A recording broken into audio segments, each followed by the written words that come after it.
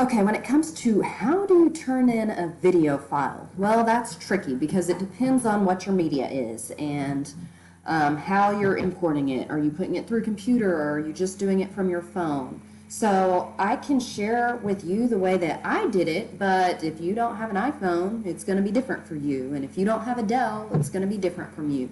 And if you have a different operating system, it will be different for you. So what I need you to do is see the process for how I figured out how to do it and apply that process and figure out how to do it on your phone or whatever device you're using in the same way. And then you're going to turn in a sample clip for me to see, and you will turn in a form that told me your process. So let me just go ahead and demonstrate. What I wanted to do was get media off the iPhone and onto my Dell. And I would pull this window up and not see my iPhone. So I had trouble. Right now the iPad's connected, but I wouldn't see that.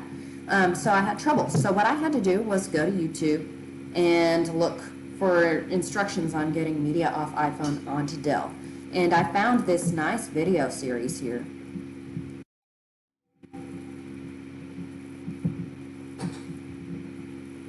Okay, where this guy tells you how to do it, but his operating system was a little different than mine, so I had to look for the same windows, but they were in a different spot. So that may be something you have to do.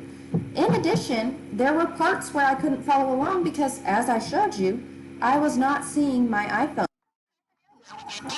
And in his example, he was. But this guy is a great video host because he put all these troubleshooting things down here, and I've posted them in my how-to resources doc that I've shared with you guys, so you can access all that. So if you're moving from iPhone to Windows PC, this is the spot for you. But if you're not, you're moving from iPhone to Mac or something else, you're going to reference different videos. So anyway, let me continue to tell you about my process. That video showed me how to get stuff onto the Dell, but the iPhone wasn't showing up on the Dell. So he told me in one of the videos, unplug and replug. Well, for that, it was no luck for me. And then he said go to photos, and sometimes that gets your phone to know that you're there. And so then the allow access button popped up on the phone, so I just clicked allow, and that helped.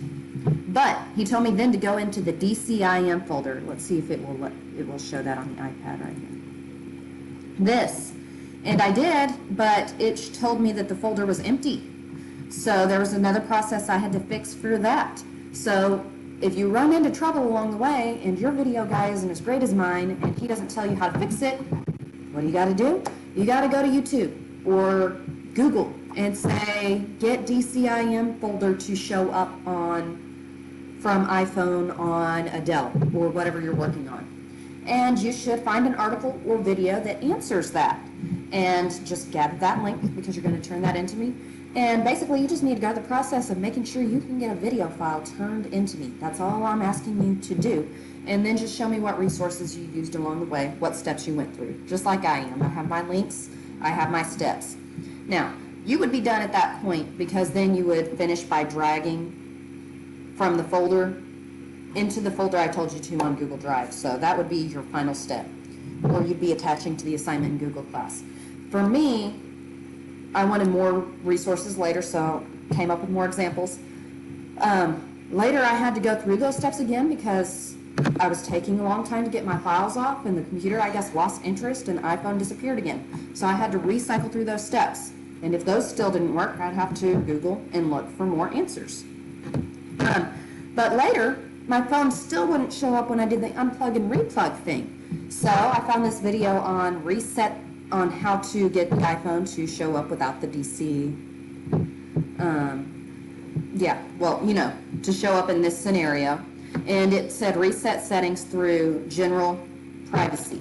And so I just followed that and reset the settings and got the problem fixed. So basically this is a troubleshooting assignment that shows that you know how to figure out with your online resources how to send me a video file. So what I need you to do is this assignment. I can turn in a video file remotely is the name of the assignment. You basically need to prove that you can turn in a video file remotely. So whatever device you're going to be using to record your videos you're thinking of for COVID, use that, because I don't want you to have to go through this process of troubleshooting again. So your main device that you're going to record on, use that. Could be your phone, could be a digital camera, whatever it is. And then just record. Record yourself saying, I can turn in a video file. That way I know that this is the file that you actually recorded. Then you're going to need to attach it to the assignment I've posted in Google Class. So you can upload it to that assignment, or you can upload it to Google Drive and email me the link. As a last resort, try to email it straight to cturner1@mesquiteisd.org. The problem with that is, since it's a small file, it may email that, but once you got a bigger file, like 2 minutes, it does not send those files very well. So the other options are the best ways. Finally, you're going to detail your process in a form that I have made in Google Class, which I was supposed to link here. So to get to that form, here's the assignment in Google Class. It tells you the exact things I just told you, except the value of each part. And here's the form. And here's also where you would attach the video file. That's the best way to turn it in. The other way is to upload it to Google Drive and share it with me.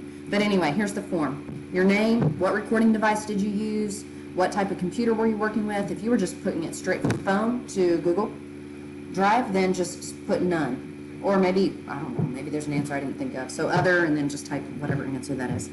Then list the steps that you went through. So if it was simple, I just found the file on Google Drive, clicked upload on my Google Drive app, clicked upload, and it uploaded it, then that's great. You can just list that. If you have more trouble like I did, then list those specific steps. Don't forget an important step, like if you had to plug in your phone or something like that. I'm going to look to make sure your steps actually make sense. And if your steps don't make sense, that's where you lose points. Like, how did you get that to come up when you didn't even do this yet? You're missing an important step. Where did you run into trouble? This is where you can go from a 90 to a 100. So it's not required, but if you ran into trouble, I would like to know what links helped you out. So, this wasn't working. And then paste whatever link helped you out. And then submit. So that will take you to a 100. So if you knew this and it worked for you, and you know it works for you, and it's not trouble for you, say, just paste a link here that shows the process, and that will work for your final credit. So that's what you need to do for this assignment.